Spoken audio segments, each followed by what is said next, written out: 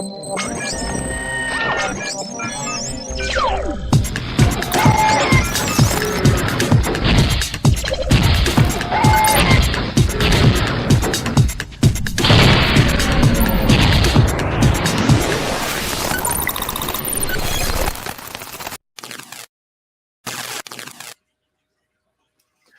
right. Well, hello, everyone, and welcome back. We are continuing with our series, Reading Creationism. This is episode 10.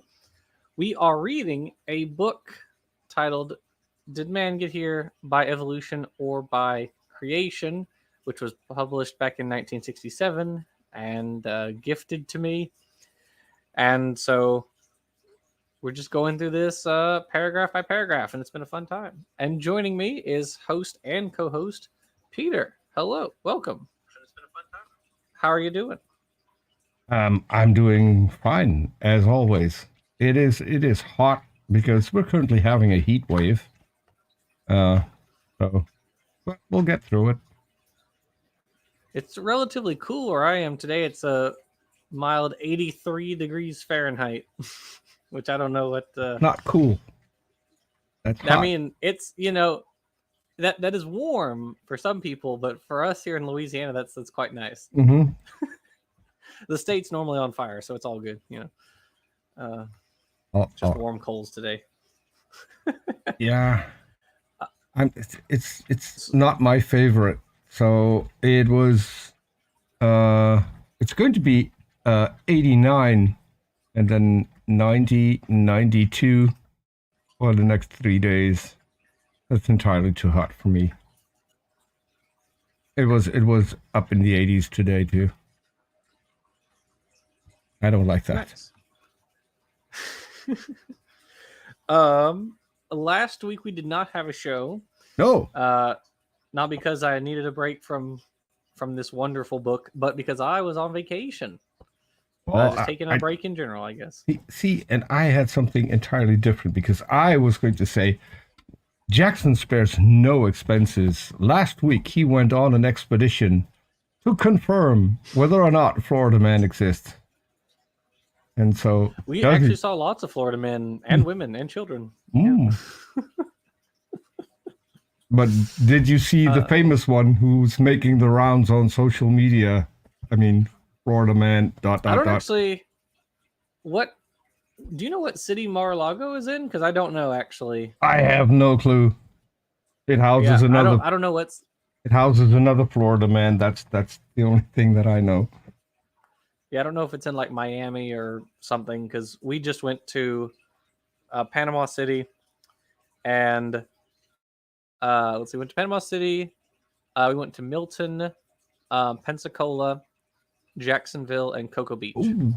We spent the majority of our trip in Jacksonville. Oh, but you went to Pensacola. Did you meet one of the famous inhabitants of Pensacola? When the Younger is still there, Oh, I totally forgot about that. But no, we were only there for like the night. We were driving back. We got a motel there. We all stayed the night and then just left in the morning. So I didn't get to meet anybody. Sad. I did see a Living Waters church while I was over there. A Living what? We passed by one. Living Waters, Ray Comfort's church. That's there too? Well, there was one. I don't know if it's the same. I don't know if that's, his or affiliated with him or just a totally different one. But I saw a church that was called Living Waters, and I was like, I wonder if that's his. Yeah, I think he's in California, isn't he? Is he? Okay. Well, yeah. Oh, well. But, yeah. At any rate. So, we are continuing with chapter 8. Is that what it is? Yep. Chapter 8. Chapter 8, yes. Our ape-like men, our ancestors. And so far, this chapter has basically argued that there are, 4 hominin or 4, primate fossils in total. Right? It talked about... Mm-hmm. What did it talk about? Propliopithecus, Dryopithecus, and Ramapithecus. And it was arguing that's it. That's all your non-hominin ape fossils, which it's not, which we showed in the last episode, because they argue that Propliopithecus lived like 30 million years ago, and then Dryopithecus lived 19 million years ago, and then Ramapithecus lived just 12 million years ago. So they're arguing, oh, there's these huge gaps. It's just like one little one over here, then one little one over here, and then we showed actually it's not true. We have a continuous record of primate fossils going back from like 50 million years ago to today. So, nah. By the way, Brian, not true at all. Brian Stevens put in the chat Palm Beach. So yeah, I think that's where Ray Comfort is. Oh, Palm Beach. Yes. Okay, gotcha. Thank you. All we can hope for is a renegade coconut one day. Maybe that helps. And also, hello everyone. We got Luca, Icarus, Mackenzie, Smitty, Brian Stevens. Hello everyone. Welcome. Glad to have you. Glad to have everybody. Alrighty. And then so we started talking about the Australopiths, and he didn't really discuss any of their actual attributes. We talked a little bit about tool making and whether or not they made fire, which isn't at all relevant to their status as hominins, but none of their actual morphological characters were discussed, at least from what I remember. I don't think so. This is the only page that had tool making ability, and that's really about it. Tool making and fire. And it said the brain was a bit smaller. So very, very short and dismissive section on Australopiths. Not a whole lot, which we're not surprised really at this point. I mean, we're 8 chapters in, and this book does not really care about data. So. No, or truth. Or truth, yeah. So all right, so we got one more paragraph on this subchapter, then we move on to the next subchapter. So, quote, for these and other reasons, some evolutionists view these fossil remains as belonging to a terminal group of apes and not ancestral to man at all. R.L. Lerman, an evolutionist, said in his 1961 book, The Long Road to Man, quote, Australopithecus was merely an upright, intelligent ape, not a man. The small brain case bearing heavy ridges over the eyes, across the back, and down the center was like that of any ape, close quote.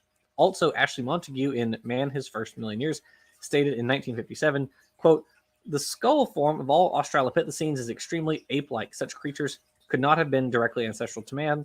The Australopithecines showed too many specialized and ape-like characters to be either the direct ancestors of man or of the line that led to them, close quote. All right. So that's wrong. I mean, well, it's right and wrong. Australopithecus was not a human, right? I mean, Homo means man. That's our genus. We are Homo sapiens. Our genus is Homo. Technically, I would only say what counts as a modern human is not even all Homo sapiens, because there are anatomically ancient Homo sapiens, and then there are the anatomically modern Homo sapiens, which is us. So not even all Homo sapiens, I would say, are actual modern humans. I would only say the anatomically modern humans are modern humans. So in that sense, I would say, well, sure, Australopithecus was not a man, was not human, right? It's a different genus. And the characters it mentions are more like that of apes. I mean, sure. If you look at the pic, Peter, can you pull up the page again, please, so we can, because it has a little diagram at the bottom. So what's interesting about that is it says extinct ape Australopithecinae. I don't know why it's elevated to subfamily level, but anyways, then it says modern man. So it's what's sort of interesting about this is they're omitting a lot of steps here. Extinct ape, I don't know what that is supposed to be, just anything, I guess. It's like kind of a generalized sort of a hominin, or I mean, it could be like a pan, or I say pan, could be a chimpanzee maybe, but like, it's still not, it's not great. But I understand, I recognize it's like kind of stylized. It's an illustration. And then you have Australopithecines, and then you have modern man. Well, there's quite a gap between Australopithecines and modern man in terms of morphology that is bridged by early Homo and later Homo. So the earliest Homo habilis and Homo rudolfensis, look a lot like Australopiths. In fact, there have been arguments over whether, and I think this book mentioned it in the previously, as to whether Homo habilis is actually an Australopith or Homo, and today it's classified as Homo. But the differences between early Homo and the late Australopiths, like Australopithecus sediba, are these minor gradations, right? It's the size of the molars. It's the slightly different sloping brow ridge, slightly different canine sizes. It's not like they have bones that we don't. We have all the same bones they do. They're just arranged, or the arrangement's the same. Also, the bones are just like slightly different sizes, or maybe slightly different slopes, things like that. It's these very, very minor changes which incrementally changed in the Homo line. So in that sense, sure, it probably was fairly intelligent. In fact, the oldest tool industry, the Oldowan industry, is associated with Australopiths. I don't know if that was at this time. I don't think so. But we know that now. So I can't really fault them for that. So the Lerman quote, like, yeah, it does share a lot of features in common with the other apes, like chimpanzees, but it's not considered. But Australopiths are not considered closer to chimps than to humans because Australopiths were bipeds. They were bipedal just like we are. They have a particular knee shape and particular hip shape and particular wrist and ankle and all this other stuff, which allows us to know that they were bipedal, right? Now they could still live in the trees also, and they probably would walk on the branches, but they were bipeds. The foramen magnum, which is the hole in the skull where the spine connects, is also like humans, not like chimpanzees. Of course, you don't really get that. You get this, here's the skull, kind of ignore everything else, right? Oh, the brow ridge is different. Well, yeah, the brow ridge is different. The brow ridge is different even from other, or our brow ridge is different even from other species of Homo. So, and that's something, actually, the size of the brow ridge fluctuated with human evolution. It kind of decreased and then increased and then kind of decreased again. So it fluctuated in size. So that's not really a good argument. Ashley Montague's quote, the skull form of Australopithecines is extremely ape-like. Sure, it is more ape-like. Their brain is about a third the size of ours, just like chimpanzees. But as we talked about in the last episode, that changed in Homo erectus. Their brain size really shot up for also reasons we discussed. And she says such creatures could not have been directly ancestral to man. Well, we know that's false because Australopithecus kind of breaks the rules of taxonomy. And what that means is the genus is paraphyletic. There are members of Australopithecus which are more closely related to us, like Australopithecus sediba, than they are to other Australopiths. Now that's a problem. That's called being paraphyletic, or really badly polyphyletic, but it's not polyphyletic in this case, it's paraphyletic. Australopiths form a grade. Basically, our line went through the Australopith stage before getting to the Homo stage. So she's just wrong. They are definitely ancestral to us. Now, which species in particular is ancestral to us is not known. And maybe it's none of the ones we have now. Maybe it is one or two of them. I actually saw a paper that argued Australopithecus garhi is directly ancestral to Homo. That could be the case. I haven't evaluated its particular character, so maybe that's true. Maybe it's not. Who knows? But either way, we definitely descended from Australopiths. We can say with a very high degree of confidence that Australopithecus as a genus is our ancestor. That's not something we can say about a lot of taxa. So, I'm really not sure what she means. They have too many specialized and ape-like characters to be either the direct ancestors of man or the line that led to man. What she may be saying is, now because there are ellipses here, it says ellipsis, sentence, then ellipsis, then another partial sentence. So I think she may be saying a particular species, like maybe she's saying Australopithecus afarensis is too specialized to have been a direct ancestor of man, and that's probably true. That could in fact be the case. But that doesn't refute the fact that Australopiths as a whole are ancestral to Homo. So this chart, these diagrams down here, it's very disingenuous.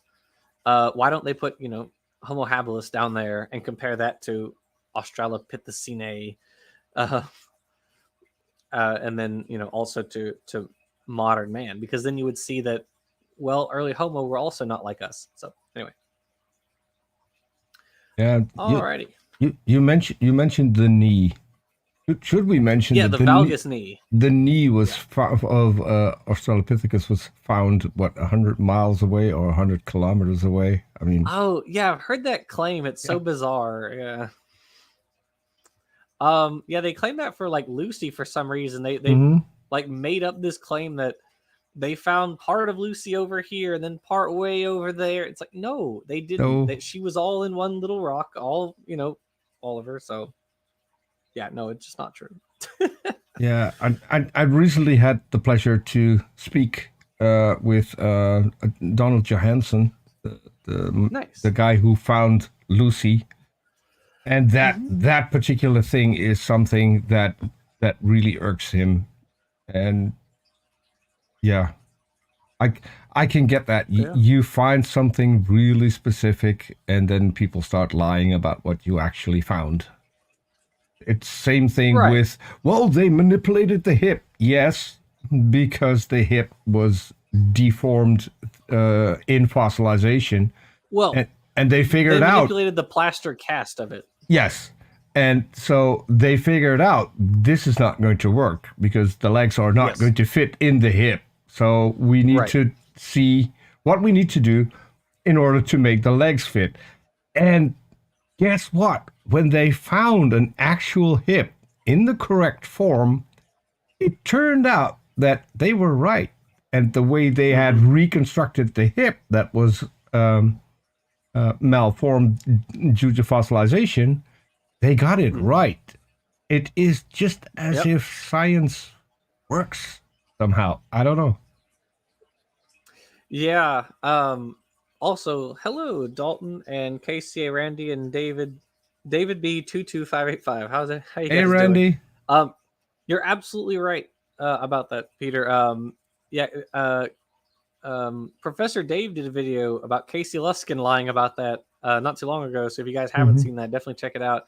But you're right, because the hips had been one had kind of been squashed into the other as a result of the pressing of the rock over time due to fossilization, and Luskin tried to play this off as the hip didn't fit what we consider a transitional fossil should be, so they fixed it to make it more human, which no, they didn't. It's a complete lie. He knew it was a lie, and they didn't they don't care at the Discovery Institute. They don't care that he lied, that they put this out knowing that he lied. They don't care. The problem I have with this is that they will show, so that there's a video of I think it's a dramatized documentary about the findings and how they reconstructed the hip. They will show the video in which they explain why they're doing to the hip what they are doing, because obviously the bones, the upper leg bone doesn't fit into the hip. There's no way this animal could have walked with a hip that was this deformed. They explain that, show that on screen, and they will show that in their rebuttal and say, see, this is all manipulation. They just wanted to fit their narrative, and they just wanted to look human. No, you're showing it. Yeah. he had to speak over the part where Mm-hmm. they explain, because they didn't, because like we said, they didn't actually change the fossil itself. They made plaster casts Mm-hmm. of the fossils, which is what paleontologists do if you're trying to figure out how this thing could have moved, or if you want to put it on display in a museum or something. You make a plaster cast of it. That way, if and there's this idiot, I can't remember who it was, this guy who is like a dinosaur hoaxer or whatever. He's Mm-hmm. like, I went to the museum and I reached over and like scratched the bone and it was made of plaster. Like, yeah, because of idiots like you. You're literally the reason it's made of plaster, Yeah. because they don't want people scratching 100 million-year-old bone. Um, so yeah. Or Anyway, or even um, demolish it, because I wouldn't put it past some creationists that they would just try and smash the bones. You oh yeah, don't pull put. a. I mean, You've seen Contact, right? Have you ever seen the movie Contact? isn't that the movie where oh, I forgot her name. Jodie Is Foster, Jodie yeah. Foster? Yes. Mm-hmm. Where she goes to, well, they plans for like an alien intergalactic ship essentially get beamed to Earth, and it's the job of the government to figure out how to interpret it, and essentially, yeah, they figure out how to build this whole machine to communicate with the aliens and everything, and while they're preparing to send their astronaut or whatever, a dude, like a creationist, basically blows the whole thing up Mm-hmm. because he doesn't want us to meet the alien, so he goes on strapped with bombs and just blows the whole thing. And yeah, it's it's stuff like that. It's like, I wouldn't be surprised. I mean, we've heard stories about abortion clinics getting like bombed and stuff Mm-hmm. by creationists. So yeah, no, I wouldn't put it past them. No, and I So mean, anyway, I live wouldn't put it past them. I live in Europe. So one of the most famous museum is the Louvre in France. Mm-hmm. The amount of times where paintings get damaged by people visiting, I Yeah. mean, you have to keep that in mind. There are lunatics on the loose, and yeah, maybe you should at least protect stuff, put it to where they can't reach it, or what the better thing is to have copies when it comes to fossils, because you can Yeah. have them smash a copy. The museum could burn down, Yes. and you would still have the fossil if you protect it. And that's what happened in World War II. Actually, was the British Museum of Natural History got bombed by the Nazis, and they actually lost a bunch of fossils. Mm-hmm. Like they lost some. I think it was the original Spinosaurus skeleton that they found, and like a bunch of other very important fossils. They were just lost, And very tragically. I don't know if that's the same one, but yeah, also had the Crystal Palace, where the completely Yeah, built out of glass, one of the first museums with some of the first fossils they found, which was destroyed in a fire with everything in it. So yeah, it's terribly tragic. it happens. Yeah, it does happen. It's terribly tragic. Um, Alrighty, we ready to move on to the next one? I'm ready. All right. I shall hold on. More recent. Oops, sorry. I shall turn the page. There we go. How'd you do that without even moving your hand? Yeah, I can do that. Alrighty. More recent telekinesis. Fossils. Yeah. Quote, the next significant step listed by evolutionists in the chain up to man includes many fossils previously listed separately and called by various names. They are now lumped together in the same genus as modern man, which means wise man. But in different species. But in a different species, Homo erectus, which means erect man. World Book Encyclopedia says, quote, Homo erectus, or erect man, is the name many scientists give to all fossil races with a human body and a brain ranging between 700 and 1100 cc. Homo erectus ranks a step above Australopithecus and one below Homo sapiens, or modern man. 3 varieties, or subspecies, have been clearly identified. The first, Java man, may be around 500,000 years old. The second, Peking man, dates from around 360,000 years ago. The third, Chilean man, was found in Tanganyika, about 400,000 years old. Close quote. Is there complete agreement as to what these fossils are? No. For the Encyclopedia Americana, a different encyclopedia, states, quote, some authorities held that they belonged to an ape, but a more man-like ape than any hitherto known. Others considered them to be remains of a lower type of man, close quote. But in any event, a Scientific American of May 1965 points out, quote, students of early man agree that modern Homo sapiens evolved directly from Homo erectus, close quote. With such agreement that man evolved from Homo erectus, would it not seem that the evidence must be overwhelming? Just what is that evidence? Scientific American adds, quote, there is no direct evidence for the transition. How can any agreement be obtained that Homo erectus evolved into Homo sapiens when it is admitted that there is no evidence? This kind of agreement can come only as a result of dogmatism, blind faith, credulity, asserting to be true what one wants to be true. But certainly, this is not a scientific procedure. Close quote. Sorry. Oh, hello, Beach Price. Welcome. Okay, let's talk about this. So I guess at this time, the only other Homo species was Homo erectus, I guess. I guess so. So Homo erectus, we are directly descended from Homo erectus. As we said earlier, this is one of the few instances where we can be relatively sure that we are directly descended from a different fossil species. So Homo erectus does span a very wide range of cranial capacity.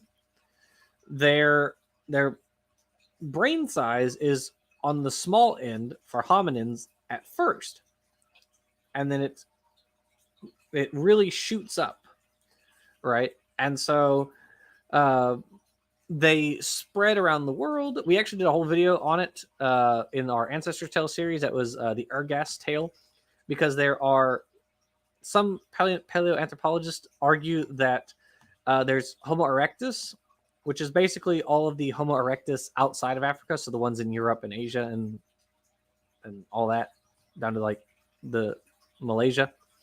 And then there's Homo ergaster, which is the Homo erectus in Africa, which they claim is directly ancestral to us. Now, I don't really care. We use that naming convention because that's what Dawkins and Wong use, so we just went with it. Doesn't really matter. The point is that Homo erectus evolved maybe from Homo habilis, or maybe shared a common ancestor with Homo habilis, and then went through its own evolution, starting in Africa, and then erectus spread out into Asia, and then into Europe, and also down into like Malaysia. They spread all over the place. And then some populations within Africa, the Homo ergaster, evolved ultimately into Homo heidelbergensis, I think, and then into Homo sapien, if I remember correctly. I could be wrong on that, but I do think that is the correct series. So it says these are subspecies. Now, personally, I don't like subspecies because they're really arbitrary. I'm not a fan of the subspecies concept. If they can interbreed with each other, then that's very interesting. Peter, can you put this quote up there? Jamie E says, I found the quote from Man His First Million Years. Turns out Montague was talking about Paranthropus not being our direct ancestor. Aha! Fantastic. That's sort of what I was saying with Australopithecus afarensis, but that's perfect. So we have caught them, thanks to Jamie E here, in a lie, which is a breach of the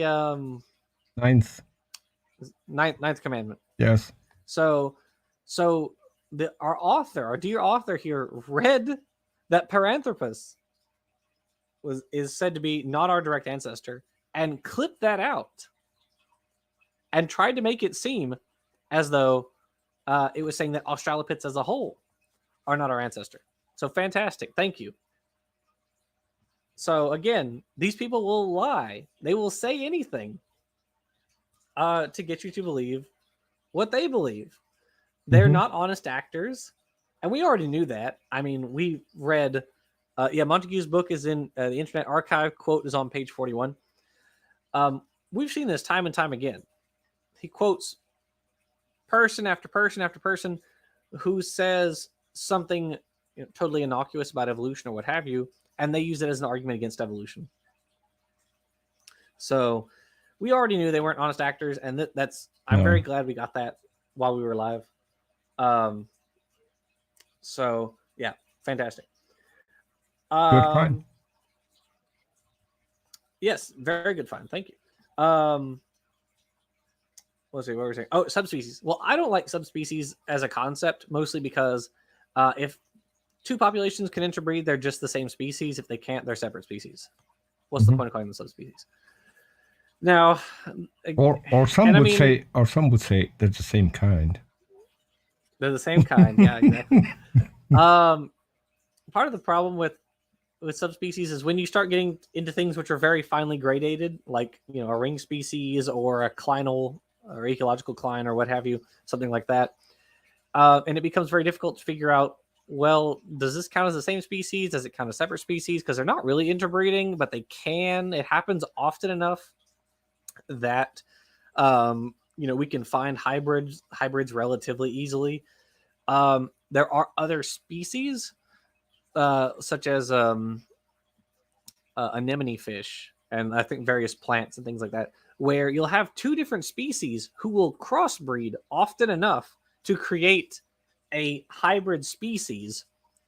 It was the Berlin Museum that was destroyed with the Spinosaurus holotype inside. Thank you, Dapper. Thank you. My mistake. But where was I? Species, interbreeding, clinal models, etc. Anyway, all taxonomic ranks are arbitrary. There you go. There you have it. All right, next. I don't know anyone who actually uses Java man, Peking man, and Chilean man in any serious sense. That's the kind of stuff Kent Hovind says. Now I know it's been said like in the past, and he's channeling things from when he was not even born yet as his arguments, but nobody. Dalton says the commandments make for decent movies at the least. Yeah. Oh my gosh. But nobody really calls them that in the same way that Cro-Magnon man isn't really used. And actually, I think we'll talk about that in a minute. I think, he mentions that a little bit later. So we'll talk about that when we get to it. But it doesn't really make any sense to call them Java man, Peking man, Chilean man. It's just Homo erectus. That's it. That's all it is. Just Homo. You could say Chinese Homo erectus or Indian Homo erectus or, French Homo erectus, whatever. But it doesn't really make sense to call them Java man. It doesn't really make a lot of sense. Where were we? But now you're expecting a creationist to keep up with modern science. I mean, fair enough. I mean, here we are reading a book from 1967. Yeah. So, which has arguments that are still in use today. It absolutely does, and probably in decades to come. Yeah. Yes. Let's see. What else? Some authorities held that they belong to an ape, but more man-like than any hitherto known. I mean, I guess that's true.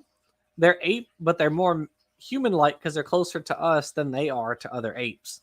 So, I mean, that's true, I guess. Students of early man agree that modern Homo sapiens evolved directly from Homo erectus. Yeah,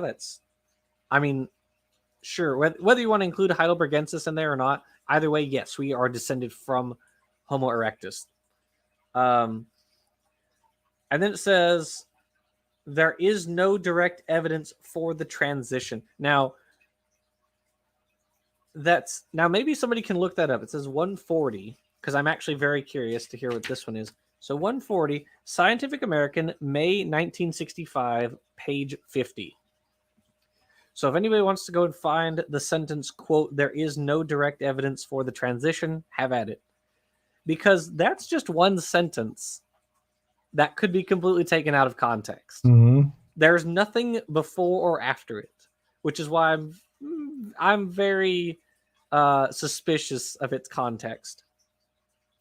Yeah, it's not as if cherry picking and quote mining is a thing among creationists. I mean, you have to check. And if, for instance, you would check, let's say, Kent Hovind, 9 times out of 10, you will find that the slides that he puts up with his sources do not say what the slides say. And sometimes even the slides do not say what Kent Hovind says they say. So... yeah. Absolutely. And still people fall for it. It's mind-boggling. It's sad. As people tend to say, you can either be informed, honest, or creationist. You can be two, but you can't be all three. Mm-hmm. So, all right. I like. Anything you want to add on that point? Yeah, I like Arndt's quote. You can either be honest or you can be creationist. You can't be both. Yeah, I mean, I'll give it to you're like a poor kid, in like rural Mississippi who doesn't know any better. But as soon as they have the opportunity to learn, here's the distinction: they can be sincere. That doesn't mean that what they say is intellectually honest. It depends on upbringing, on education. I mean, most of these people are homeschooled. So mom and dad are the teachers. Mom and dad were homeschooled as well, which is probably why everything is stagnant, because there's no new information coming in. And it's the same people, year after year. And it's sad. It is really sad because, and this is one of the things that brought me to social media. What if there's a creationist and he or she has a daughter that has the capability to cure cancer, but because the fact they're homeschooled and indoctrinated will never get the education to get there? That's not a loss for the child alone. That's a loss for mankind. Absolutely. Yeah. We don't know how often that has happened. Yeah, that reminds me of a Gould quote, Stephen Jay Gould, where he said, "I'm more concerned about the intellectual capabilities of the slaves in the field than the contortions of Einstein's brain." So basically, he's saying the same thing, right? Like how many geniuses, were squandered simply because they were perceived as lesser due to their skin color. It's terrible. It's terribly tragic. And you're right. Everyone deserves a chance at bettering themselves, at getting an education, and finding work and all that sort of stuff. No one should be barred from that process for any reasons. So, which is why college should be free. Here we go. Anyway, all right, we ready? Yeah, I'm ready. All right, quote. Notice, too, that Scientific American of November 1966 says a recent fossil find in Hungary places a population of more progressive sapiens humanity contemporary with the populations of Homo erectus, close quote. Did I read that sentence correctly? In Hungary, quote, places a population of more progressive sapiens humanity contemporary with the populations of Homo erectus. I guess that's a yikes sentence, though. Anyway, also in the 1964 book Biology and Its Relation to Mankind, Professor of Biology A.M. Winchester says, quote, the remains of Swanscombe man in Europe, the Kangera man in Africa, and others suggest that true man may have existed as long as 300,000 years ago, which would have made him a contemporary of Homo erectus, close quote. So Homo erectus, if human, was no more than a branch of mankind, possibly degenerate, that became extinct, as did other races. Then there are other fossils that were once considered much lower than modern type man, but these are now known to be similar to modern man and are classed as Homo sapiens. World Book Encyclopedia says in this regard, quote, Homo sapiens, or wise man, is the name usually given to all races with a human body and a brain measuring from 1,100 cc's upward and averaging between 1,350 and 1,500 cc's. This group includes all modern men. Pre-Neanderthals are the earliest. Pre-Neanderthals, okay, are the earliest examples of Homo sapiens. They date from about 300,000 BC. Archaeologists have found skull fragments near Swanscombe, England, and Steinheim. Peter, pronounce that for me, please. Is it Steinheim? Steinheim. Steinheim? Okay. Germany, close quote.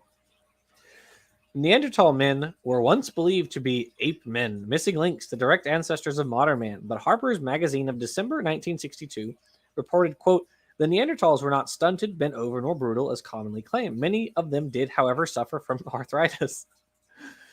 Oh well. And the Times... Where have we heard Times that before? Magazine, right, magazine of March 19th, 1961, even gave the brain capacity of Neanderthal man as 1,625, larger than that of the average modern man. Interesting, too, is the following description of them that World Book Encyclopedia of 1966 gives. Quote, at first, scientists thought that Neanderthal man was a squat, stooping, brutish, somewhat ape-like creature, but later research showed that the bodies of Neanderthal men and women were completely human, fully erect, and very muscular. Their brains were as large as those of modern man, close quote. Alrighty. All right, let's talk about it. Oh, Jamie E says that says I found the Scientific American article from May 1965. It's available. Well, could you find the? Is it possible to find the quote that it's referring to? Just if you can. Fully erect and very muscular would have been a better book title. David B. I can't argue with that honestly, but we just got demonetized, so that's all right. Anyway, well, you know what? Dapper was here. I don't know if he's still here, but he did say in his most recent video, he mentioned penis worms and said Jackson's favorite phylum, to which I commented, nowhere is safe for me. Mm-hmm. All right, so to be fair, I think it's more like a movie title, fully erect and very muscular. I think you're right. Yeah. Okay, so this book is, and I think it's done this argument before, but I've definitely heard this type of argument before. It's saying that because humans and Neanderthals overlapped in time, therefore, not Neanderthals, Homo erectus. I'm sorry, I'm an idiot. Because Homo erectus and modern humans, Homo sapiens, overlapped in time, that means Homo erectus cannot be ancestral to Homo sapiens. Now, that's a bad argument. Because just think about that for a minute. That's like saying your parents and your grandparents can't be your direct ancestors because they overlapped in time with you. Yeah. It doesn't make any sense. Not how that works. No. Exactly. They don't just disappear, poof out of existence in a puff of logic the moment you're born. Mm-hmm. Typically, unless your mother dies in childbirth, which happens, but typically that doesn't happen, right? That's certainly not universal. They stick around for a while after you're born, perhaps for a long time. Mm-hmm. Dapper says he's almost caught up, so he's probably listening on double speed. Okay. When you're caught up, you should just shoot Jackson a DM on Twitter to see if he can shoot you a link. Well, I did ask Dapper if he wanted to join. He has been working a lot today, and so he was very tired, which is fine. It's all well and good. Wait, I've been working a lot today. I didn't get off. day off. I mean. Oh, I'm sorry. Sometimes actually, parents will even, unfortunately, outlive their own kids. Yes. You know, that happens. And so in that instance, Jackson is the expert on intermittent organs and animals that look like them. Thanks. I appreciate that, Dapper. But, you know, it's unfortunate, but that happens. And the same thing is true of populations. The ancestral population can outlast the descendant population. That happens. You can have little branches that bud off and then go extinct. That's not unusual or uncommon by any means. And it also doesn't make any sense to say, oh, well, the original thing just went extinct as soon as the new thing came along. Like, no, that's not how that happens at all. So humans were contemporary with Homo erectus for quite a long time, actually. That doesn't mean that they weren't ancestral to us, because they were. Mm-hmm. And if you'll notice, because we've already kind of moved on from Homo erectus, they never mentioned anything about its morphology. They just asserted, or they said, you know, evolutionists say Homo erectus was ancestral to Homo sapiens. And then they said there's no evidence of that, and then just moved on. Mm-hmm. They didn't substantiate it at all. Their argument is, but they overlapped in time. Which, so what? Who cares? I usually make the joke. I usually make the joke that I'm friends with a lot of Homo heidelbergensis, because Heidelberg is pretty much my second hometown. It's where I went on holiday for over 20 years. I've got a lot of friends there, so they are all Homo. So they're Homo heidelbergensis, obviously. They live there still. Oh my goodness. There's a large population. And very nice people. I shall stop interrupting you because I'm... It's okay. I keep getting derailed by the comments, so it's all right. So that's a nonsense argument. The other thing that it said was, it says pre-Neanderthals. I don't know what that means. Yeah. I don't know how, like, stem Neanderthals are, well, okay, because that's the thing. What does that mean, right? Because you can only say something is a stem to something else if that thing still exists. There are no crown Neanderthals, right? They don't exist. They're not still alive, so there are no crown ones. It's just you have, I guess you have, you know, I'm not aware personally of what species is considered in the Homo neanderthalensis line that precedes. Right, they're already stem humans, right, Dapper? So I'm not aware of any literature that gives, like, you have Homo neanderthalensis here, but then before that, following their split from the common ancestor with Denisovans, like a different name before they became Neanderthals. I'm just not aware of that. I don't think there's any name for it, but that's just me. Unless anybody knows I'm wrong, then call me out, please. Because Homo neanderthalensis. Actually, you know what? Hold on, one more thing before we get to Neanderthals. The last thing I want to say about Homo erectus is Erectus is considered by Answers in Genesis, at the very least, to be a degenerate modern human, right? So Homo erectus, Homo habilis, or, well, I guess according to some of them, Homo erectus was like Adam and Eve, which then evolved into Homo sapiens. Sorry, diversified. Jamie. Erectus, although there's no evidence for the transition. Is there, like, more to that sentence? I don't know. Is there more to that sentence? That was the part we were curious about. If you have found the quote. Yeah, is it what comes before? Is it about Homo erectus? Or is it about something else? But the funny thing about Homo erectus also is that there's a very famous chart.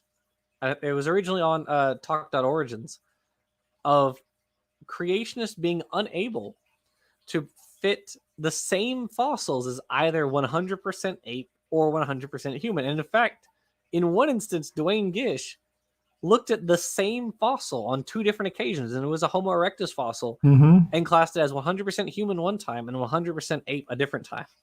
So the creationists can't figure this out, even to this day. And this was, 60 years ago.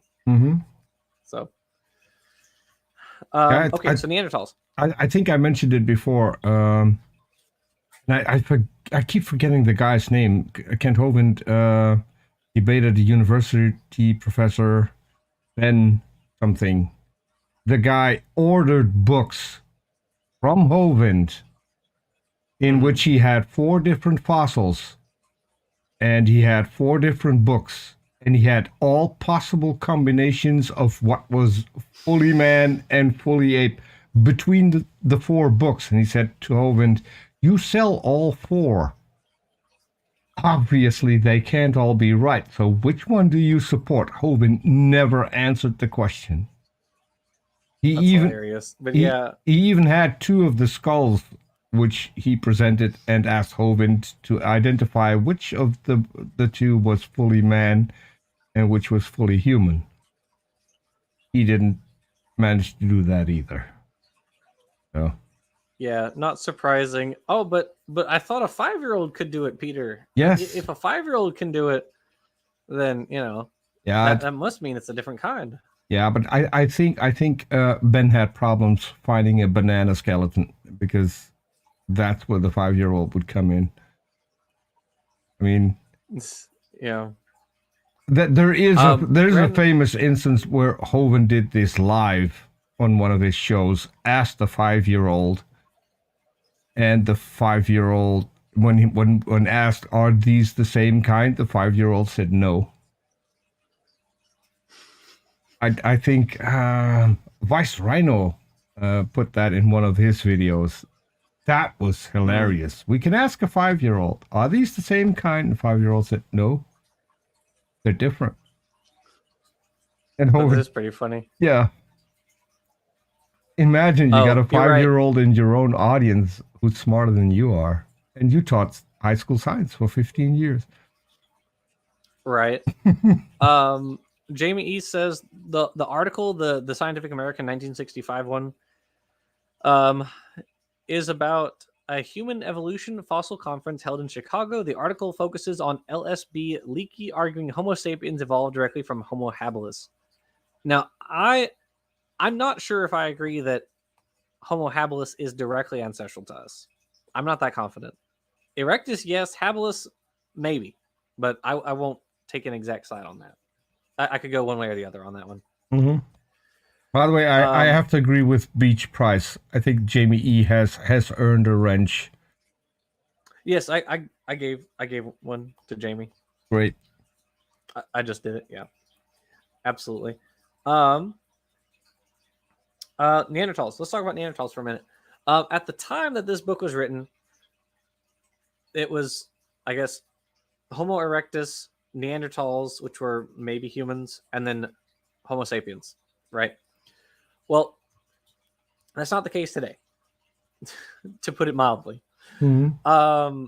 You have Homo erectus, Homo heidelbergensis, and then you have a split. And that split, on one side, is Homo sapiens, it's us, and on the other side is 2 species, and that's Homo altaiensis, also called the Denisovans, and Homo neanderthalensis, the Neanderthals.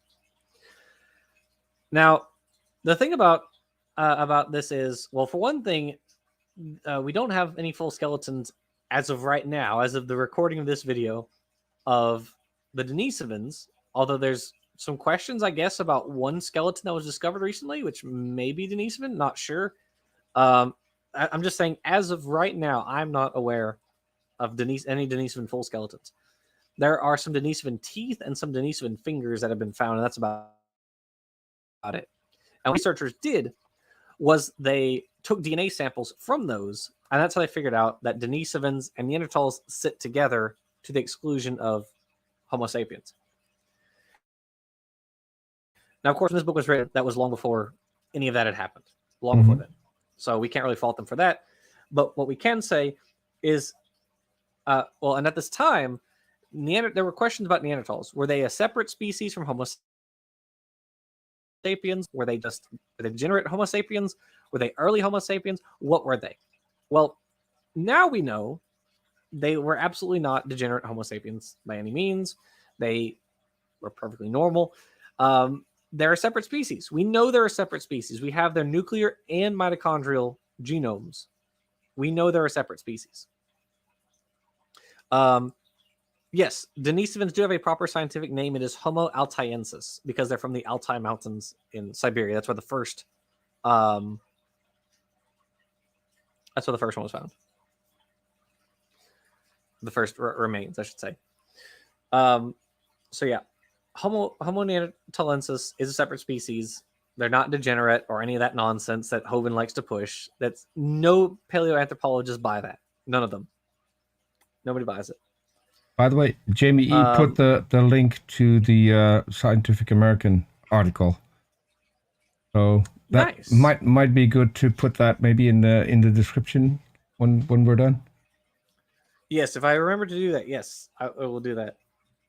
Because I do tend to forget, but I will try to remember to do that. Thank you very much, Jamie. We really appreciate it.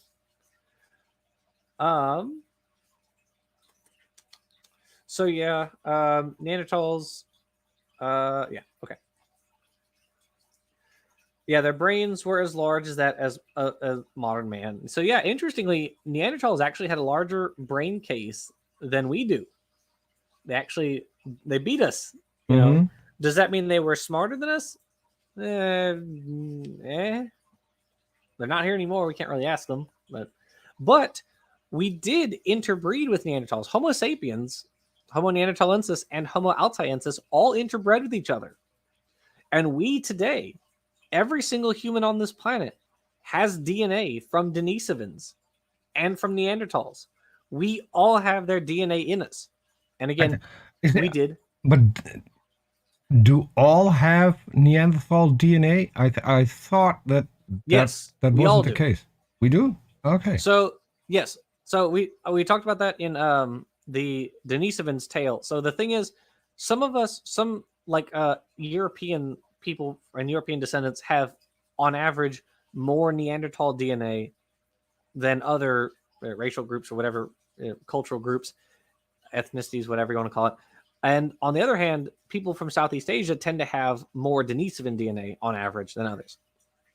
But there's this thing called the identical ancestors point if you go back in human history, where all of everyone who lived prior to us, prior to that point, is either an ancestor of everyone on the planet or an ancestor of no one.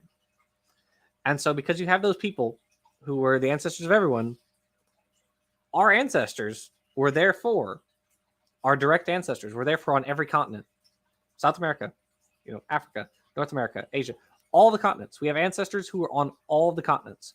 Therefore, we all have Neanderthal and Denisovan DNA in us to varying degrees, right? We don't all have the same proportion. And some people have some fragments of Neanderthal DNA that other people don't have, but we all have their DNA in us. So, yes, sorry. The identical ancestors point means anyone before that point is either the ancestor to everyone alive today or the ancestor to no one. Sorry if I misstated that. But we talked about that in our video, The Tasmanian's Tale. Really just go watch our video our video series, the Ancestor's Tale. I was drawing a blank there. Sorry. Yeah. So South Africans have Native American ancestry. There might have been gene flow between them in which alleles were swapped. That's entirely possible. But one of the points that we discussed is that you're breaking up a little. We have. Should I go off? Should I go off camera? You can try. Maybe that helps. We'll see if that helps. It's a beautiful new logo. Mm-hmm. Look at that. But yeah, there's the fact that populations have intergressed with each other, right, to varying degrees. Rip Jackson's internet. Yep, indeed, it is Louisiana. All right. Where was I? So yeah, I think that's all I have to say about Neanderthals. Do you want to add anything, Peter? No, yeah. So we had one comment in the side chat. Mackenzie Brown said humans really are just like, hey, want to have a good time. So that's probably why we all have the same DNA. To Yeah, varying degrees. that's true. Yeah, so yes, Smitty. Yeah, South Africans probably do have some very minor Native American ancestry, very very minor. And we talk about that in the video because there are researchers who essentially try to figure out when the last common ancestor of all humans lived. And weirdly enough, it was only about 6 or 7,000 years ago. I wish you hadn't said that. I mean, it's unfortunate, but that is about it. And the reason is, now we also know the population of humans at that time, which was in the thousands of individuals, or sorry, the million, I think the millions of individuals, not two, but it's that is what it is. And we explain that in the Tasmanian's Tale. But yes, all of our populations across the planet have introgressed, even if it's just a tiny amount at some point, right? So That ancestry and vice versa.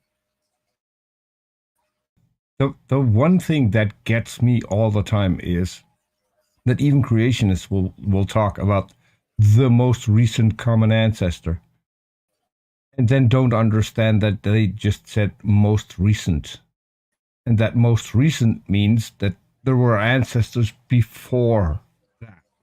Yes. And right. Oh, actually, and Mackenzie. Oh, sorry. Go ahead. yeah, I mean, I recently had a talk with a creationist on Discord, and it is mind-boggling. They do not understand what that means. They stick to, well, science says it around 6,000 years, but that's the most recent. Yes, so that must have been Eve. That's not how that works. No. You can actually do this thing called what is it? Pairwise sequential Markovian coalescent, or pairwise, whatever it is, something like that. I think it's pairwise Markovian sequential coalescent, whatever it is. It's basically you can compare a bunch of genomes and figure out how recently they coalesced, which basically when the common ancestor of some alleles were when they lived.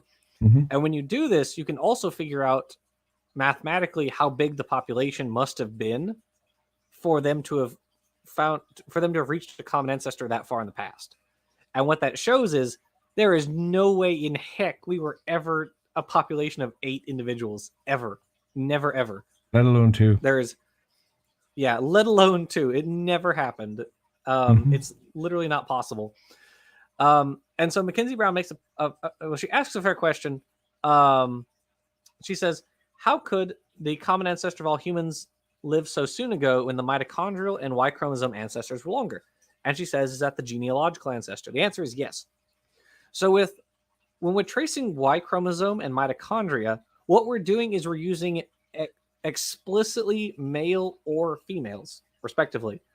Y chromosome is only males, mitochondria is only females. You can basically exclude the few males who manage to get a few mitochondria in there, which is this phenomenon called paternal leakage, which sounds really gross. It does happen. It's just very rare.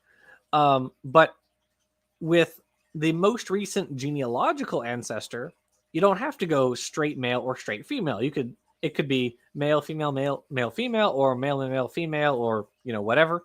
The point is just how many individuals do you have to go back before we all share an ancestor? And that's we talk about that in the Tasmanian's Tale. So we compare. You have genealogical trees, and then you have allele trees, and you have, gene trees and species trees. And do these always agree with each other? Are there disagreements? Well, it depends. And then we talk about all that sort of stuff in the Ancestor's Tale. It's very fun. All good stuff. Watch the Ancestor's Tale series. That's the meaning of today's show. Yeah. We're working on the Eyes Tale next, so there's that. You get to learn about eyes. They're ugly little things. Anyway, And ready for the next section? I need to watch my backstage stuff because my book borrow was expired. So I just pulled up another hour of borrowing a book. Okay. So I'm ready to go. All right, heck yeah. All right. Page 88. Quote, while admitting such to be the case, this same World Book Encyclopedia of 1966, under a different heading, has a picture of a Neanderthal family depicting them as squat, stooping, brutish, and somewhat ape-like. This is no exception, for most books, drawing, and museum exhibits still present Neanderthal man as being stooped over and moronic-looking, giving the impression that here is an ape-like ancestor of man. Other fossils that also were once placed in different categories are now classed the same as modern man. Those known as Cro-Magnons resembled modern man in all important aspects. In fact, Science Digest said, quote, since the Cro-Magnon man, the human brain has been decreasing in size. That's just not true. Close quote. This indicates degeneration, not evolution. Similarly, the Chicago Tribune, commenting on the remarks of Dr. Ernst Mayr about the human brain, says, quote, the trend now may be in a downward direction. The Harvard scientist says the increase in human brain size, a characteristic that sets man apart from other animals, stopped nearly 100,000 years ago. Close quote.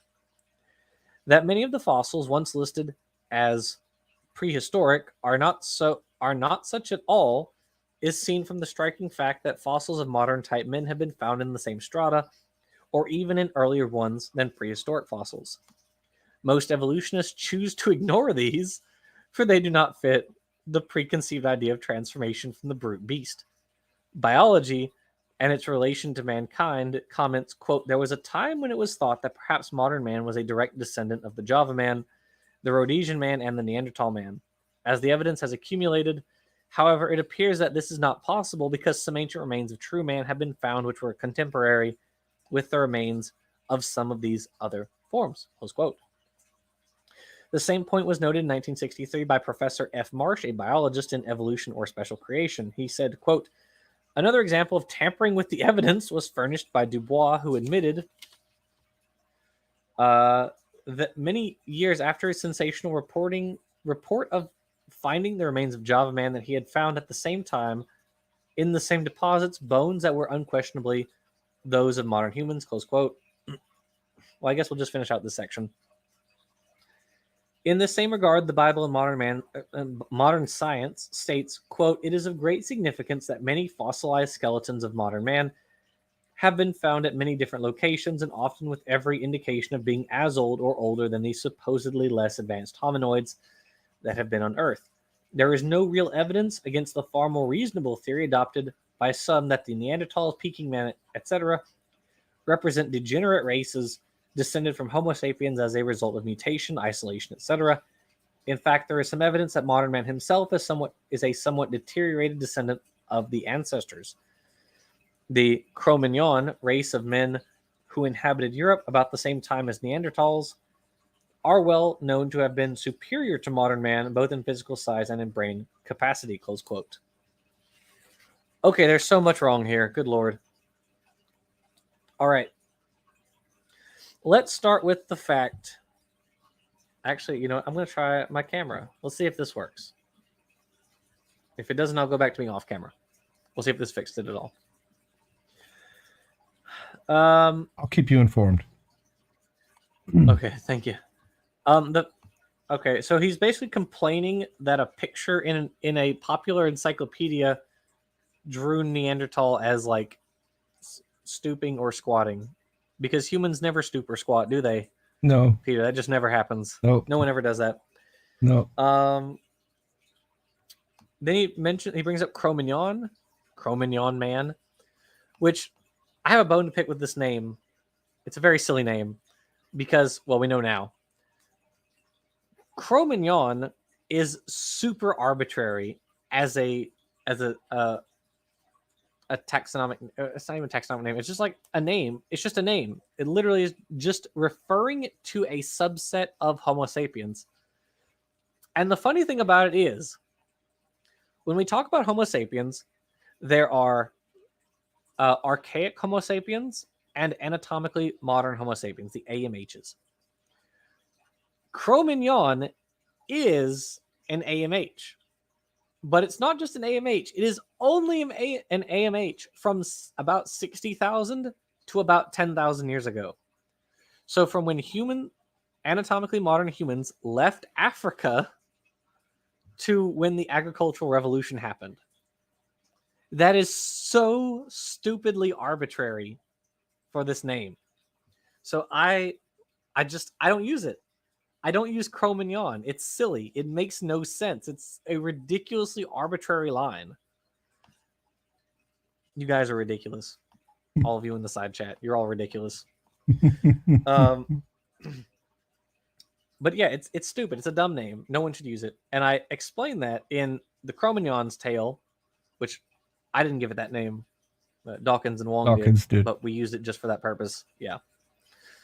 But yeah, no, it's dumb. I've heard this claim. So it says since Cro-Magnon, the human brain has been decreasing in size. I've heard that. I have not seen any scientific papers that argue that.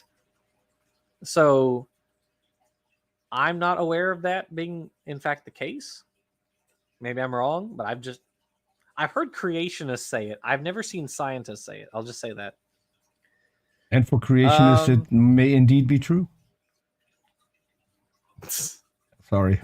I had to say it. Yeah, I had to say it. That certainly could be. Then it says that many of the fossils once listed as prehistoric are not such at all, is seen from the striking fact that fossils of modern type men have been found in the same strata or even earlier than prehistoric fossils. Okay. Prehistoric literally means that it is before we had a system of writing, right? Yes, written history. It's before we had written history. Yes. So there are prehistoric groups alive today. There are literally groups that have no written history, right? Like the Sand tribes of Africa, right? They don't have a writing system, so they are literally prehistoric. That doesn't mean they lived a million years ago. They could be a very recent group, but they are prehistoric. Mm-hmm. So these people are, it's not arguable whether or not they're prehistoric. If they are found, the Sand tribes of Africa are modern humans. They are anatomically modern humans, but they are prehistoric.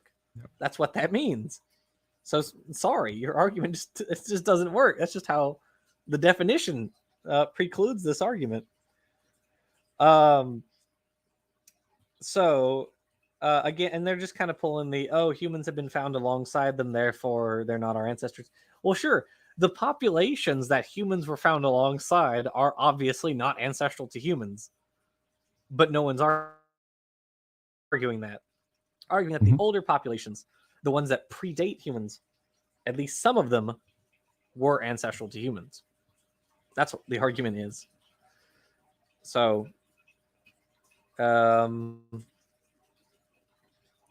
yeah, wolves are found alongside Jackson, dogs. You're starting to break up again. Therefore, dogs can't be descended. Oh, can you hear me now? Yeah. Smitty says wolves are found alongside dogs. Very true. Therefore, dogs are not descended from wolves, obviously. Mm-hmm. So I've never heard of Professor F. Marsh, but typically when people write book titles that are like evolution or creation, they tend to be creationists. The sole exception I have seen to that rule is Oh man, what's the book? It's like God's Word or Human Reason, something like that. It's a book written by a bunch of Christians who are themselves ex-creationists, and they wrote a book arguing that creationism is wrong. Or God's Word or Human Reason, that's what it is. God's Word or Human Reason, that's the name of the book.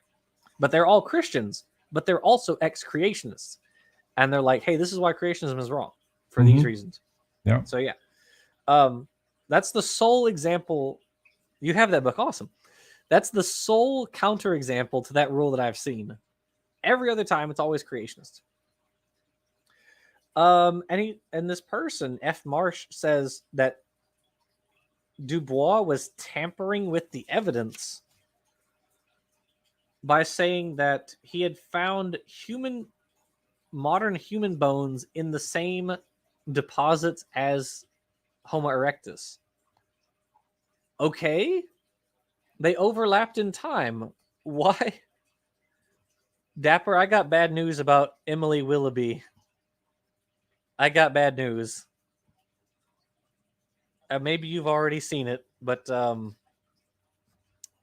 got bad news. Anyway, so the fact that you're not going to tell us you probably will want to bad news, because now you're making okay. She's apparently very racist. And the paleo artists that I follow have all been discussing how terribly racist she apparently is, and how sad they were all to find out today. So apparently something came out about it. Yeah, I know, it's sad, because the bird drawer. Yeah, apparently. What was I saying? So Homo erectus lived at the same time as Homo sapiens for a period. There was an overlap in their ranges, but Homo erectus goes back further in the geologic column than Homo sapiens does. So, again, it's not really the argument. David B says a racist who paints unglaublich. Not everyone will catch that reference. Maybe. Yikes. There was a painter who became famous for something entirely different, mostly between 1940 and 1945. Yeah, we got the joke, Peter. Okay, yeah, for the people who don't know. I mean, I don't remember, Smitty. I apologize. I don't remember which one. You guys will have to check it out and see on Twitter. Where was I? We should stop derailing Jackson. Sorry. I know these guys. I'm like, it's like squirrel, Yeah. So we haven't even gotten to the good stuff yet, guys. Come on. Since you say that, I'm looking at the stuff that I need to produce this video. So I still have that page up where we left off, and I keep being drawn to the pictures on the page. Let me show that so everyone can actually see. They had 3 drawings, and funny enough, they've asked all the specimen in the drawings to smile for the camera, because and the last one, the bottom one, reminds me of a geography teacher that I had that used to tell dirty jokes. He had exactly that look on his face when he told a joke. So maybe they mistook him for Zinjanthropus. I don't know. He was a good teacher, so yeah. Well, that's good. You're not the only one fighting squirrels. I have my own here. The funny thing about that, Zinjanthropus was another name for Homo erectus. Of course, Zinjanthropus has now been subsumed under Homo erectus, but it's just a synonym for that.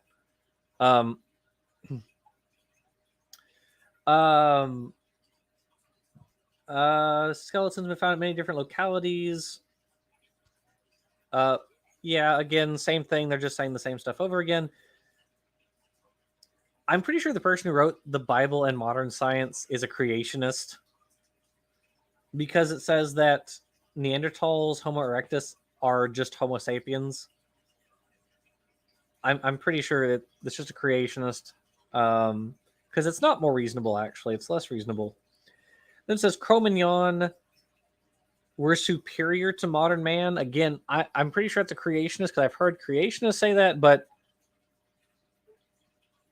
what does it say? Did some Jamie says, I was able to find scientific papers regarding decreases in human brain size since the end Pleistocene. Numbers I'm seeing range from 5% to 17% reduction. So there was a slight reduction in brain size in Homo sapiens since the end of the Pleistocene. Very interesting. Thank you again, Jamie. This is why we pay you the big bucks. Okay, Cro-Magnon. Okay. And brain size is not the only measure of intelligence. Clearly, because if our brain size is smaller now, and evidently it is, compared to Cro-Magnon's, and we have a greater range of tools, at our disposal than they did. Clearly, it's not just the size of the brain, right? No, it isn't. It's not.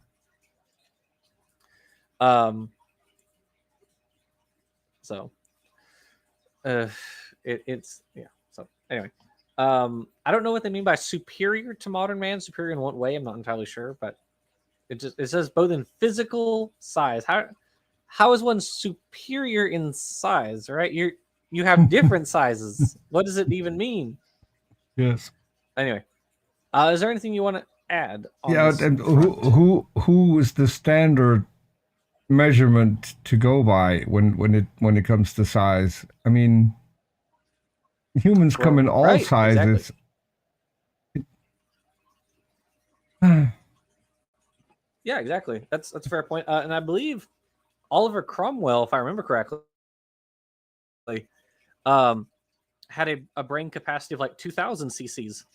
So he's way up there compared to most of us. And so you have to ask, is he the superior human? Clearly not. But just goes to show there's a big range in human brain sizes. Some will be more towards the lower end, some will be more towards the upper end.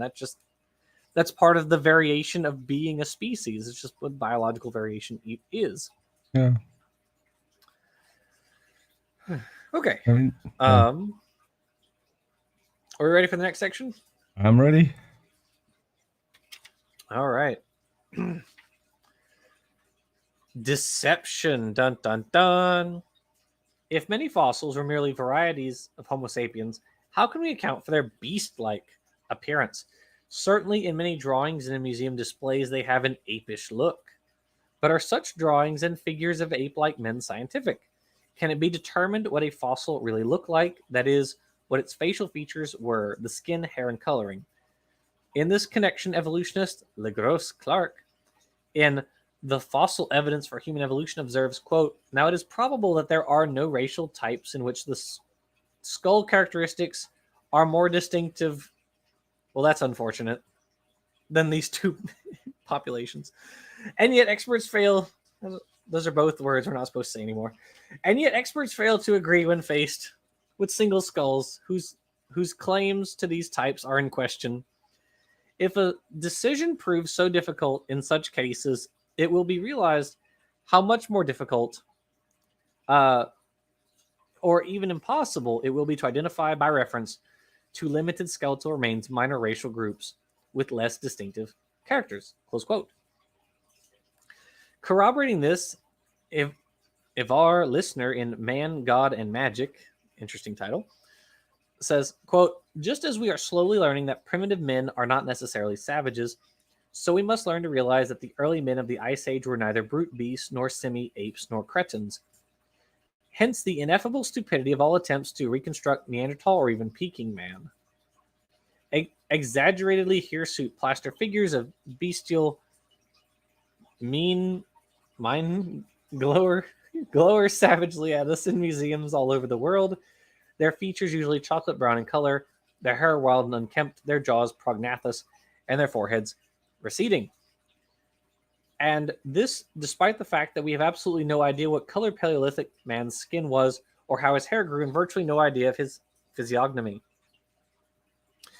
The American authority, T.D. Stewart, rightly pointed out in 1948 the impossibility of reconstructing hair, eyes, nose, lips, or facial expression. The probabilities are that the expression of early man was not less benign than our own, he wrote. Close quote, sorry. So contrary to what true scientific facts would allow, evolutionists have given fossils the appearance that suited their preconceived theories. That is why it is possible to read information such as the following that appeared in the New York Times in 1959. Quote, the Peking man, a 500,000-year-old fossil, has had his face redone for a starring role in a Chinese documentary film about his life. A new and supposedly more lifelike reconstruction of the head of the prehistoric human was reported. Close quote.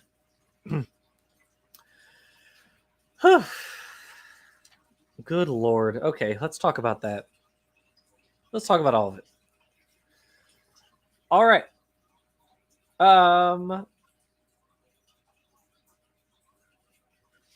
So he kind of makes a fair point actually at the very beginning, which I happen to agree with, which is that it is probable there are no racial types, or you can't you can't figure out like. Let me try to. If a decision proves so difficult as in the case, it will be realized how much more difficult, even impossible, to identify, minor racial groups. Yeah. So I happen to agree that it's very difficult to group organisms into quote races. In fact, I think the term races is dumb. Mm-hmm. It's very silly. Races is a bad construct, just like subspecies is, because you have this blur, this population, which is part of a meta population, which is in itself part of a species, and you have reproduction between populations within the greater meta population. Mm-hmm. And so it's very silly, in my opinion, and I think the opinion of others, that trying to divide them into races is just futile. It's ridiculous. Even Darwin pointed this out in Descent of Man. He said, ask 10 different naturalists how many races there are, you'll get 10 different answers. And he's right. You can divide, you can trace ancestry. You can say, okay, this set of humans, this population falls into, mitochondrial haplogroup N. This one falls into M. This one falls into L, etc. But that doesn't make them a race, right? And they all still share a common ancestry, and they're all still very capable of interbreeding with each other, as we well know, right? That's why I think that the concept of race is it's really silly. Beach Price says Sweden switched to using cultures instead of races, which. Well, sure, but even still, it's kind of the same problem, I think. Where does one culture end and another begin, right? Mm-hmm. It's there's no hard and fast lines, and this is biology. There aren't even hard and fast lines a lot of times between species.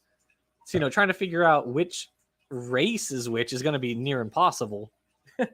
So I actually agree with that. I agree that dividing these into different races is a bad idea.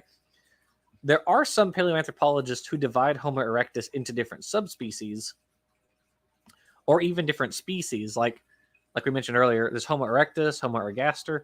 Some add Homo georgicus.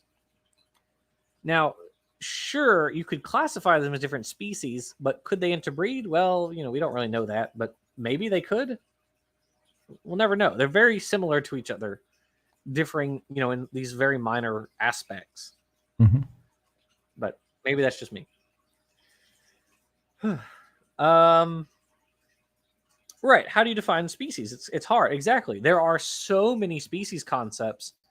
And when taxonomists are deciding whether to name something a new species, they don't use one. They use like a collection of them. They say, okay, what is its niche? Can it interbreed with other things? What does its genome look like? They add a whole bunch of different factors. Right, arbitrarily by property. Right, exactly. It is a function of human language right? That we are assigning arbitrary definitions, right? And we assign these definitions, but we have to assign them in such a way that they allow us to do work in the field. I like to use Dapper's analogy. It's not correct to say to drive on the left or the right side of the road, but you have to pick one. Mm-hmm. You can't do both. You have to pick one system by which to judge other things. Now, that system is by its nature arbitrary, but it has to be a useful system. That way we can systematize and classify everything. Or I was actually just reading or going through the Ancestor's Tale some more this past week. Or sorry, not the Ancestor's Tale. Another book by Dawkins, Climbing Mount Improbable. And in Climbing Mount Improbable, he makes the point that to turn on a light switch in England is to flick it downward, and to turn on a light switch in America is to flick it upward. At least that's what he said. I could be wrong, but that's what he said in the book. At any rate, that's the same point, right? It doesn't matter whether you flip it up or down. One way or another, it has to turn on. The light has to turn on. That's the whole point. Right. How do fish and sturgeon are the same species? I have to smile at that because in my house and here we have push buttons. Problem solved. It doesn't go up. Enough. It doesn't go down. You push it. That's it. Yeah. So fair enough. I'm kind of an intermediate species, I guess, between the two. Well, actually, Peter, you're a new species that has just evolved. Yeah, could be more intelligent. We don't need the up and down thing. We just push. Right. Which we got from a PhD, push here dummy, as Hovind would say.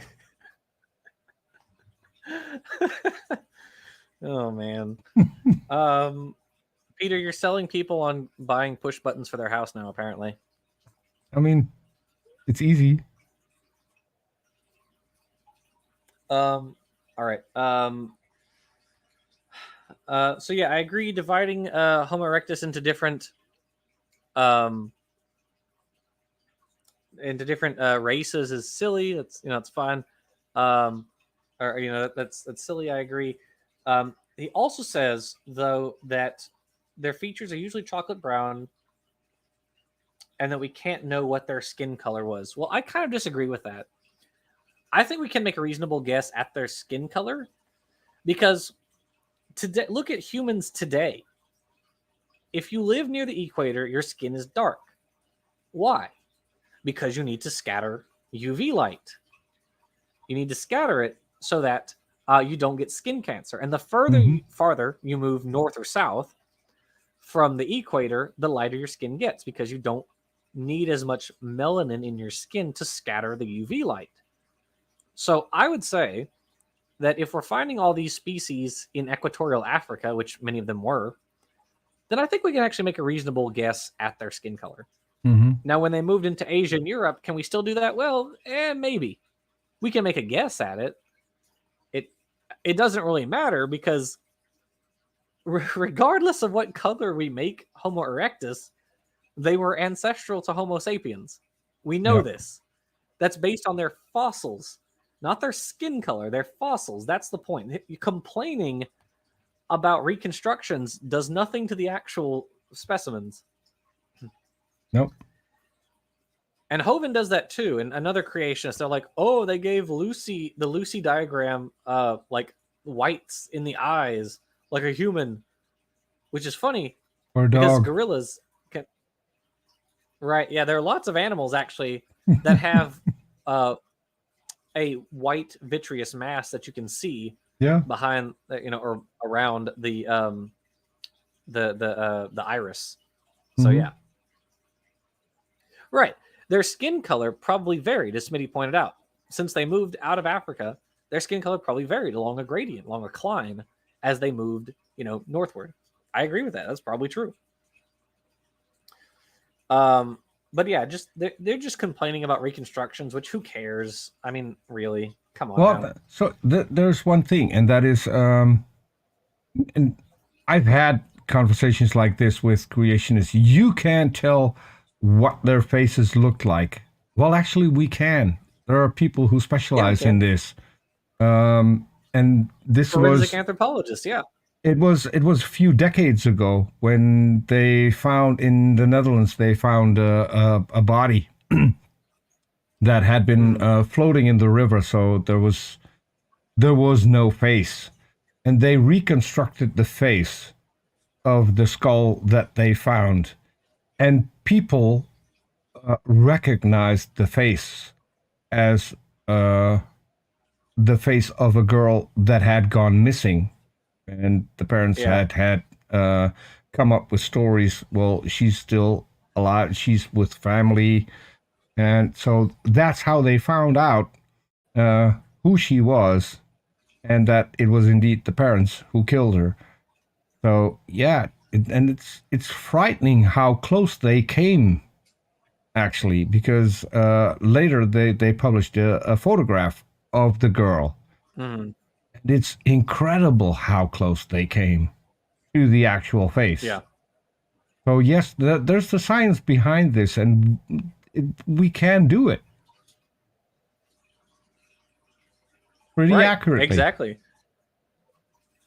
Right. Exactly. Yeah. That's what forensic anthropologists do. Is they literally just reconstruct faces. Mm-hmm. That's their job, is figuring out what you look like based on the subtle variations in like your cheekbones and your nasal bones, all that sort of stuff. That's what they do. That's their whole Yeah. job. And so yeah, we can absolutely do that. No problem.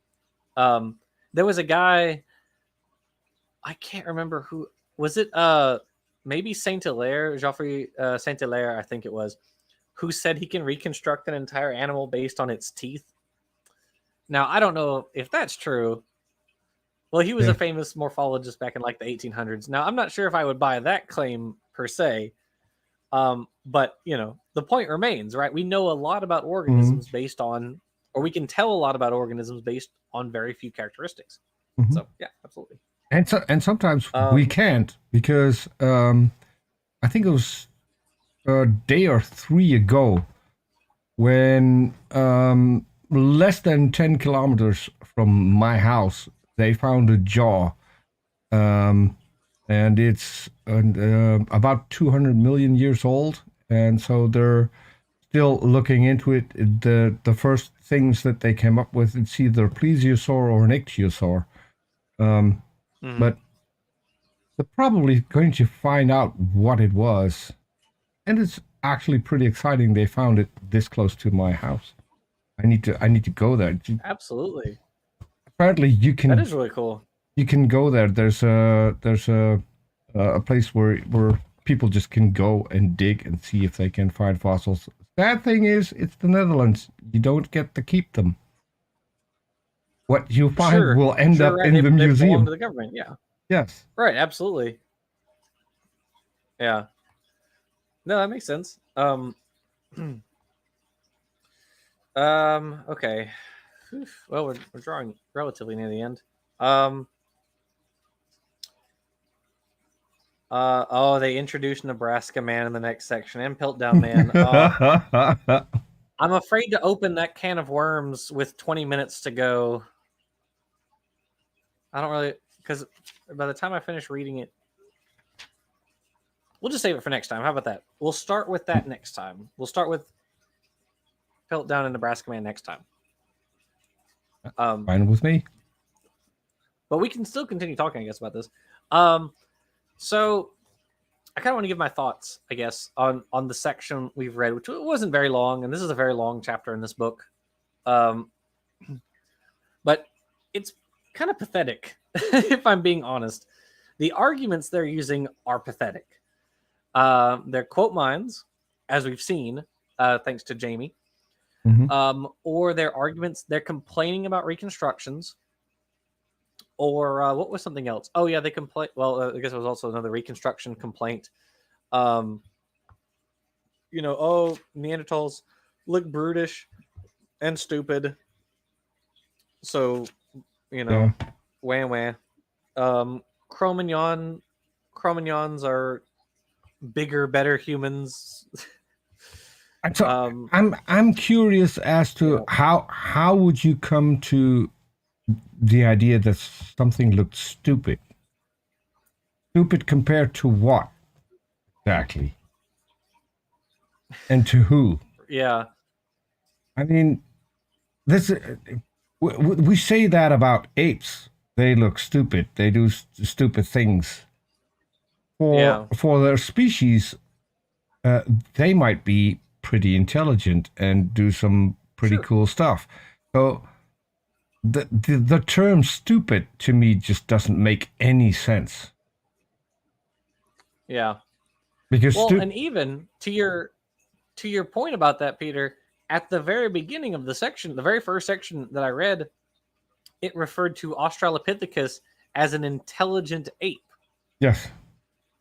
So they can't even keep straight. Like, are apes stupid or are they intelligent? Which is it? Yes, I mean, It's got to be one. yeah, it's probably because of the specialists they cite. Because I've seen several names come past in this particular section. I haven't heard of any of them before. I mean, The people. yeah, the people they're quoting and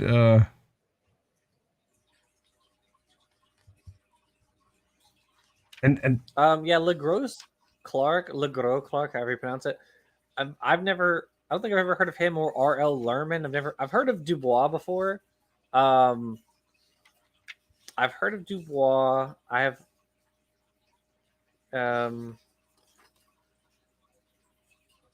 they don't really cite a whole lot of other people. I would talk about vestigial organs too. That'll be fun. That'll be fun to cover. I'm sure I can already guess the argument they're going to pull on that one. It's not vestigial; it has a function. Oh, it's yeah, oh Lord. as if that is not what vestigial means.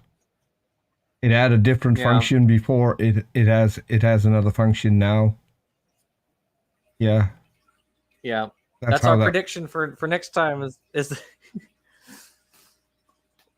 someone pointed out that when we were asking when you asked how do you tell what's stupid, someone Sage said if it's wearing a mega hat.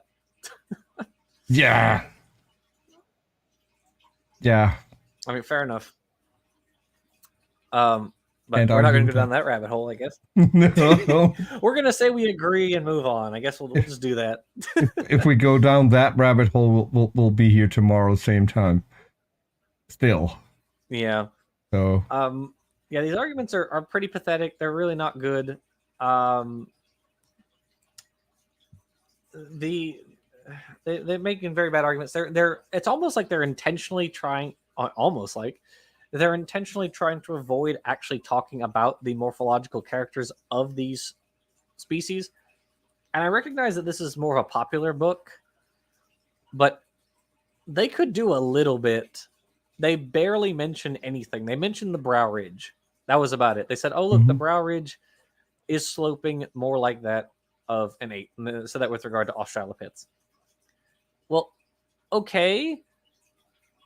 But so we're not using that to argue that Australopiths are closer to humans. No. And in fairness, the sloping of the skull decreases as you get closer to today with Australopiths. The more advanced Australopiths, their brow does not slope as much as the earlier ones. So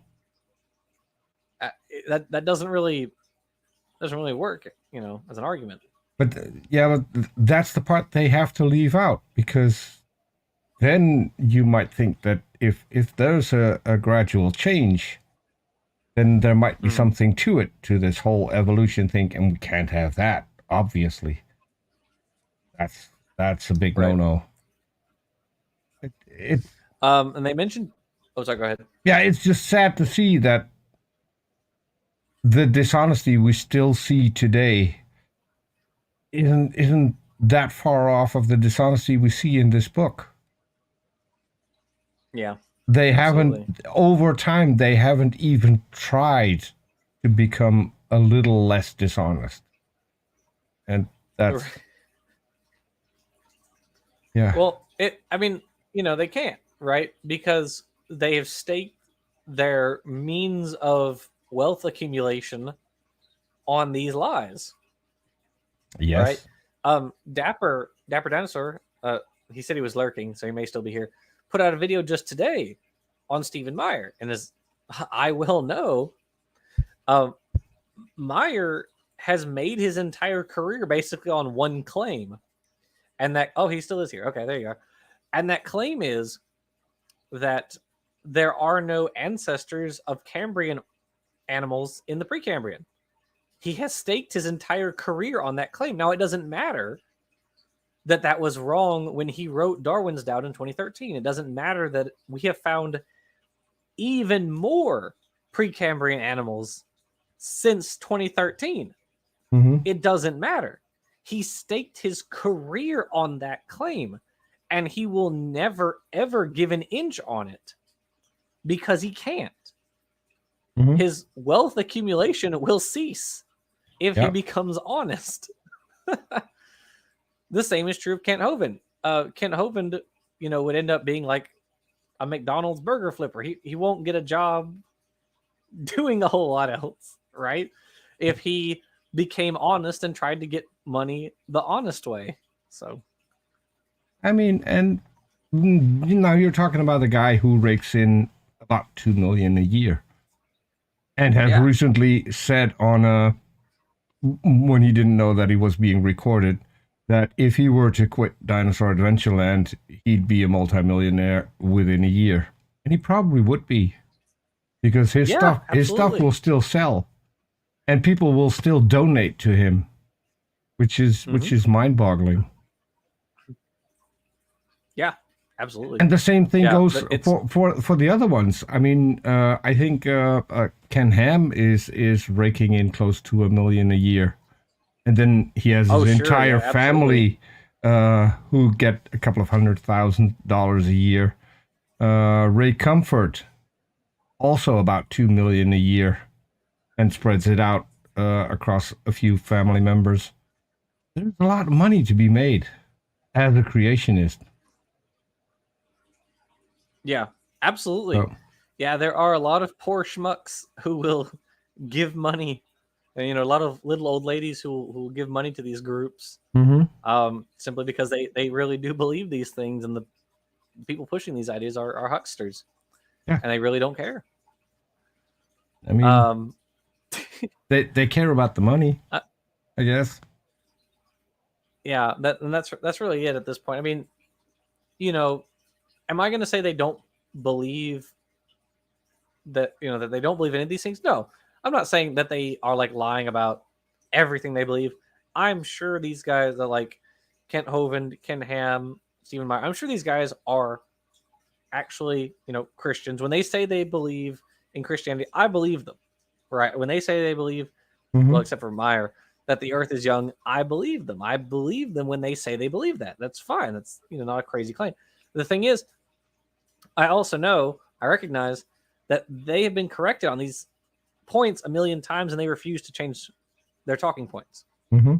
That's, at some point, I think dissonance kind of loses its force, and it just comes down to lying about these things. Yeah. Right? So, and a lot of people disagree with me on this, but I think so. Kent Hovind is a narcissist. I think he at some point actually believed what he was preaching, and now he has convinced himself through all the debates that he has done that he is correct, and so he will never change his mind ever again, no matter how good people try to teach him and to show him otherwise. That is not going to happen. When it comes to Eric, I think Eric knows that what he's saying is not true. I think Eric knows. You think so? Yes, definitely. There is no way that he is honest, and that it shows in how he runs things. So he had the famous movie made. Remember when my Genesis Paradise Lost? Yes. a lot of that movie was stolen from someone else who had worked on a movie like that in CGI for a very long time. This guy is still mad that the scenes that he created ended up in Eric's movie. How they got it and how they recreated it, but it is eerily close to what this guy had made. And then they had the movie, and now Eric has, for some stupid reason, has acquired the rights to the movie and kicked the guy who made the entire movie out. He's not getting a cent from the proceeds. So these aren't honest people. Yeah, that is terrible. That is pretty terrible that happened. You know? Yeah. And same thing for Ken Ham with his Ark Encounter.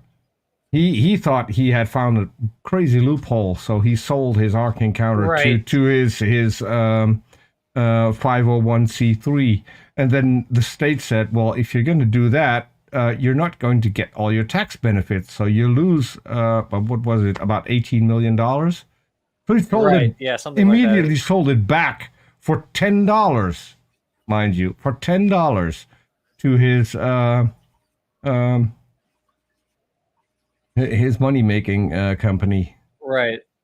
Yeah, those sorts of shenanigans are just hilarious to watch because he's so, and it was like a 50-cent tax on tickets to go towards fire and rescue. That's why he sold it. Yes. Fire and rescue. He didn't want to, like, that's ridiculous. That's 50 cents. Come on. My goodness. Here's the problem.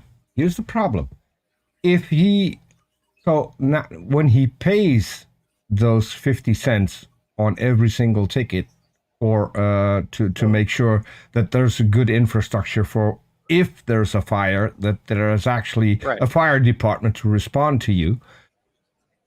But that would also mean that we now would have clear numbers of the amount of people visiting the Ark Encounter based on how many of that tax money comes in. Yeah. And that was something that beforehand he didn't disclose. He didn't disclose the actual numbers of people visiting. That's right. I remember that, yeah. And so I think that that was the problem. Because now people could see, okay, that's how many people come because there's this tax. Right. It was very much like Donald Trump claiming that more people went to his inauguration than actually did, you know, that sort of thing. Which was very funny parallel there. Unfortunately for Ham, he couldn't get away with it. And the city, you know, I think Williamsburg, I think, is the name of the city, forced him to resell it back to himself for $10 or else pay $18 million for the land that he was on. Yeah. So, yeah. And funny enough, last week, for some reason, it was trending on Twitter again that he had claimed water damage and his insurance company said we're not going to pay out because it's an act of God. And I thought at the time that was hilarious, but that happened in 2018. he claimed it with the insurance company in 2019 and got rejected. And for some reason, a lot of people picked up on Twitter and everyone was tweeting about this happened. Yep, but that was quite a while ago. That was 3 years ago now. 4 years when it happened. Right. But it was also like just part of the road into it, wasn't it? Yes, it was the actual road from the from the parking area to the actual Ark Encounter. Part of that road washed away. Because they make you take a bus, right? You park in one area, then they make you get on a bus actually to the Ark itself, which is wild. And Erica did a very nice documentary style video on her trip to the Ark Encounter. So if you haven't seen that, also definitely check that out. It's very good. All right. So we got 5 minutes till, so I think we'll call it. Peter, what's going on your end? Uh, a lot. So we have now changed the schedule on Arn's channel. So we're doing a blasphemer's Bible and reading Joseph Smith every single week. So that is every Saturday. So that's a long Saturday for me because I'm doing 2 consecutive shows that run for about 2 hours. So Jeez. yeah, that was the end of my free Saturdays. But I mean it's still a lot of fun. Um, just before we started, I looked for a counter because for reading Joseph Smith, we are counting the "it came to passes" in the text. And so the highest count so far was for one chapter that had, I think, 38 or 39 it came to passes. And then someone told me you're going to get to a chapter where there's over 400. So until now, I was just updating a text file every single time and then hitting on my remote to save it. And I thought if there's going to be 400, I need a decent counter. So I installed a counter, which made me lose all my audio settings in OBS for some stupid reason. But yeah, so that's one thing. Another thing is that I'm talking to Creaky Blinder to help him maybe set up a new streaming setup. I'm also still doing every 2 weeks on Discord another show that is 6 hours long. So if that means no Sundays every 2 weeks either. But it's still a lot of fun where people can just come into Discord and try and convince us that a god exists. And so every once in a while we do get, every single time we get some guy from Brazil who likes to talk about abiogenesis and how we can... Oh god, you get Artangelo? Every single time. Every single time it's the same topic, same arguments. I mean, I have no clue why he does that. I mean, you should think that if you have the same panel and you've presented your points once, then you should be done and come up with new stuff, but no. But we do have some fairly decent conversations. We also have some pretty bad ones. So we had a presuppositionalist last time, and I thought, and no one wanted to talk to the guy, and I said, I'll take him. So I started asking questions, and within, I think, 3 or 4 minutes, he was shouting at me. He was so mad. 3 minutes, you got him shouting at you. Yes. That's hilarious. Yes, he went from 0 to 100 in just a few minutes. And I thought it was hilarious. I was calm, and he couldn't answer my questions. So presuppositionalism is such an annoying and really just boring form of apologetics, because they, these are like it's always presuppositionalists are, for one, the most haughty. They're the know-it-alls basically, and they claim, oh well, I'm right because I'm basically definitionally right. Yes. And they can't justify anything. They just assert that like I'm right because I have defined myself as correct, and anything that is not within this is wrong. And it's such a stupid argument. It's so easy. It's like, if I define myself as correct instead, well, then I'm right. Well, I had a conversation with Saitem Bruggenkate a couple of years back, and he made the mistake of, for once, being honest and putting that on video on his website, and then realized this is not a good idea, so he took it down again. But I had my copy. So I started that particular episode on my channel off with his video, in which he explained, I got my ass handed to me by the evolutionists in pretty much every single debate. And I had no answers to their questions, so I just gave up debating evolutionists. And I started looking on Google, and that's where I found presuppositionalism. So he didn't have a revelation from God. He had a revelation from Google. He was looking for something that he could do where he could win. And yeah, if you're going to say, okay, I'm going to presuppose God exists, yeah, how am I going to falsify that? It's a presupposition that is unfalsifiable. There's nothing you can do. But when you start questioning them about their position, they get so incredibly mad. And it's every single one. You can, the ones Psy gets mad every single time. Dawkins, obviously, one of the people who will never answer a question, and nor will all of his sycophants. Wasn't I on your channel and we like chatted with him for like 5 minutes or something, and then he rage quit? Yeah, he came in under the name Evolution False, which he still uses to this day, by the way. It's one of his YouTube accounts. He stormed off after like 5 minutes of a conversation or so. I don't think I even got to say anything to him in that conversation.